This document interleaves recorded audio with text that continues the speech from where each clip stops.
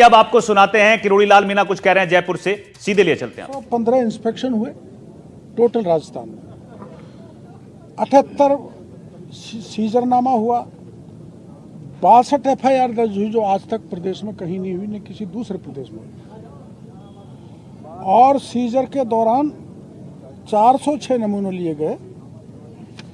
ये कार्रवाई हमने, जिसमें मैं भी शामिल था, हमारे विभाग के अधिकारी भी थे, ये कार्रवाई हमने उसमें करी है। खाद का डाइवर्जन नहीं हो, आपको पता यूरिया विशेषकर डाइवर्जन हो जाता है, इधर हरियाणा, पंजाब, उधर उत्तर प्रदेश, इधर मध्य प्रदेश और फैक्ट्रीज में चला जाता है। वो डाइवर्जन रुके, उस दृष्टि से भी हमने गहन विचार किया। इसी समय के दौरान हमने 624.8 मीट्रिक टन यूरिया का डाइवर्जन रोका है जो हमारे पास। अब यूरिया, DAP या NPK, SSP जो किसान खरीदता है, उसके साथ कंपनियां टैगिंग करती हैं, साथ में सामान देती हैं जो किसान के काम की नहीं होती, उन पर हमने बैन लगा दिया है। और ऐसा टैगिंग करेगा तो उसके खिलाफ लाइसेंस रद्द किया जाएगा, कार्रवाई की जाएगी, नियमानुसार FIR दर्ज की जाएगी। और एक हाल ही में आपने देखा होगा कि एक यूनिवर्सिटी में मैं गया था मेवाड़ में, एक ही दिन में ये उर्वरक बेचने का प्रमाण पत्र, सर्टिफिकेट, डिग्री दे दी। तो हमने कहा है जितनी भी ऐसी फर्जी डिग्री ली हुई हमारे प्रदेश में 20,000 रिटेलर हैं, फर्जी डिग्री को आउट करो, नयों का मौका दो, ये हमने निर्देश दिया है।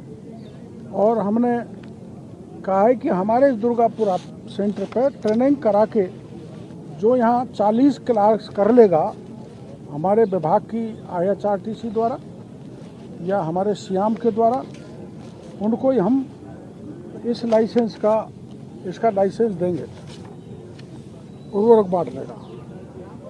हमारी जो कंपनियां इफको, क्रिप्को या दूसरी चंबल, श्रीराम फर्टिलाइजर, उनके कंपनियों के स्टेट हेड्स को भी हमने बुलाया है।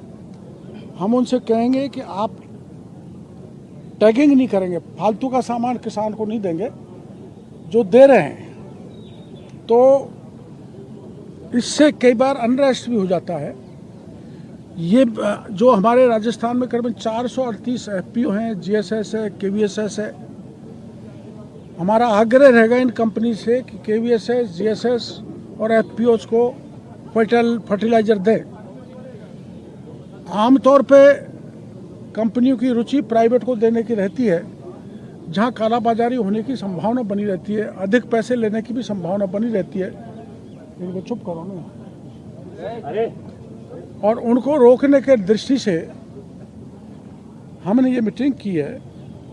तो हमको इस बात की चिंता है कि रबी में 16% सिंचाई का एरिया बढ़ गया अच्छी बरसात के कारण।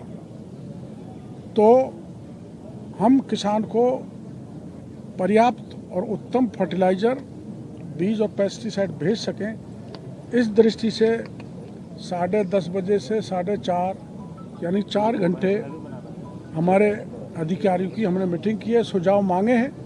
उनके सुझाव, हमारे सुझाव लागू किए जाएंगे विदिन 7 डेज। डॉक्टर साहब, ये SI भर्ती पे कल हाईकोर्ट का फैसला आया है, RPSC में भी कई तरह के सवाल खड़े किए हैं, तो क्या कहेंगे आप आज? देखो, मैंने तो पहले ही कह दिया था, आपकी जानकारी में होगा, ज़्यादातर आप पत्रकार उस समय मौजूद थे, उधर बात कर रहे हैं ना बरोबर। तो मैंने खुलासा किया था RPSC के मेंबर्स का, जो कोर्ट ने जिनके नाम लिए थे उनका मैंने नाम लिया था, आपको ध्यान हो तो। मैंने 3 चेयरमैन के नाम भी बताए थे, आपको ध्यान होगा। मैंने गोपनीय शाखा से जो पेपर किस व्यक्ति ने दिया और किस मेंबर को दिया, वो 2 गिरफ्तार हो गए, आप लोगों को बताया था। तो बड़ी लंबी बहस के बाद, सारी सुनवाई के बाद अदालत ने जो फैसला किया है, मैं व्यक्तिगत रूप से इससे खुश हूँ, प्रसन्न हूँ। और दोबारा परीक्षा होंगी तो करीबन 50%